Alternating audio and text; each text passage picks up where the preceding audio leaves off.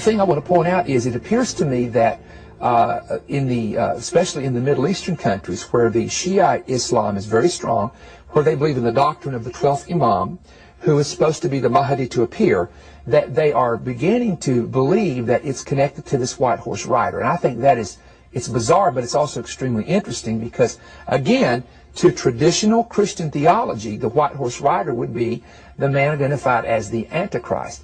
And we've done some studies on Antichrist, and it doesn't necessarily mean, when we use antichristos, it means anti is always against, but there's other meanings to that in Hebrew, isn't there? It doesn't just, explain that to people.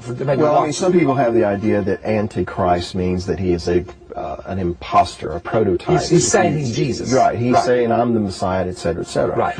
Now, the way I see it, Perry, is that he is anti-Messiah. He is against, because we need to understand that to understand the book of Revelation, you've got to understand the book of Genesis. Isaiah 46:10 talks about how God has from the beginning revealed the end. And so in the very beginning, what you see is two opposing seeds, two opposing, personalities, etc. Cain, Abel, Esau, Jacob, Ishmael, Isaac. They are related, but they oppose one another. And so I see it as the Messiah, or excuse me, the anti-Messiah is against, he opposes. He opposes God in his temple and those who worship there. How would you oppose the true Messiah, which we know biblically is Jesus, Yeshua? How would you oppose him? In my opinion, based on 1 John, this is Bible now, 1 John chapter 1, chapter 2, and I think chapter 4, it mentions Hu Antichristos, or the Antichrist, 4 times. The word Antichrist.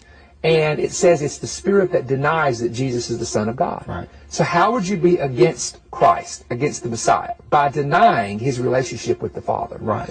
And one of the main tenets of Islam, in fact, my friends that I have that are Muslim, when we get into, and we get in very peaceful discussions about this, that's where they believe in Isa ibn Maryam, or Jesus the son of Mary. They believe that, believe it or not, they believe Jesus was born of a virgin. Some people don't know that, but they do. And they believe he was a prophet. They believe he was a prophet. They believe that even the Quran mentions Mary, esteems her highly. So we have all that there. But they have a real block there in saying, how could God have a son when Allah is not begotten, nor does he begot? Now, when President Tom speaks in front of the UN General Assembly tomorrow, you'll likely hear all the typical rhetoric about how peaceful they are and blah-de-blah-de-blah-de. But if his previous addresses are any indication, the media will probably ignore what is perhaps the most important part of his speech. Here he is at the UN in 2005. Almighty Lord, I pray to you to hasten the emergence of your last repository, the promised one, that perfect and pure human being, the one that will fulfill this world with justice and peace. Okay, this is what he said at the end of his speech last year as well at the UN. After calling for the return of the promised one, Ahmadinejad left the stage in 2005 and said to a cleric, and I quote, "I felt that all of a sudden the atmosphere changed, and for 27 to 28 minutes the leaders did not blink," end quote. President Ahmadinejad has been quietly talking about his belief, and this is important that you understand this, that we are in the end days. The real story is, he's not bearing this lead anymore. Listen to his opening remarks this afternoon at Columbia. O God, hasten the arrival of Imam al-Mahdi and grant him good health and victory, and make us his followers and those who attest to his rightfulness. Okay. I hope you're starting to hear a pattern here. This guy is openly praying for the return of the Mahdi in almost every speech, and now he's starting his speeches with that, yet no one in the media is even bothering to do their homework on what that really means. Basically, think of the Mahdi as the Shiite Muslim version of the second coming of Jesus Christ. But unlike Christians, the Twelvers, as they're called, President Tom is a Twelver, believe that they can hasten the Mahdi's return by creating the right conditions for it. Unfortunately for us, those conditions are pretty simple. Chaos, war, bloodshed. Because only then can the Mahdi return with peace and justice. Think about that. Ahmadinejad must usher in chaos and war before he can fulfill his destiny. That is why he wants a nuclear program.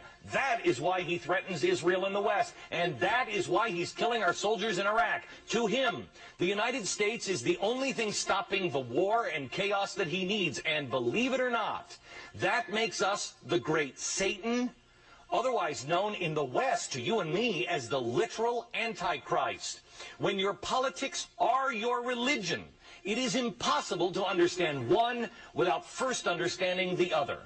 I can see anti-Messiah is saying, yes, Jesus is good, he's a prophet or a good man, but he is not what you think he is. Right, and the bottom line is that there are some in the Islamic world who could consider you and I and a lot of our Jewish brethren to be infidels. Mm-hmm. And amongst these group in, these so-called fundamentalists and radicals, pockets of places right, around the world, yeah, they feel like that you and I and others like us are infidels and that we are the enemy, and it is their mission, commissioned by the Quran, they believe, to go and to destroy us. And that's why America, as we talked last week, is such a target, because they see America as a Christian nation. Right. And there again, we don't know the percentage. Some say it may be 2 to 5% of the whole group that would think that way. But 2 or 5% in the world, when you have 1.4 million followers, could be as high as 100 to 200 million easy. Well, so that's again, there we go into why, because they say, why would they attack us? We've done nothing. But it's just the fact that it's a belief, it's an attack on the religious. Well, notice they always link us with Israel. Right. Why is that? It's because of we have this book in common, by and large. Right.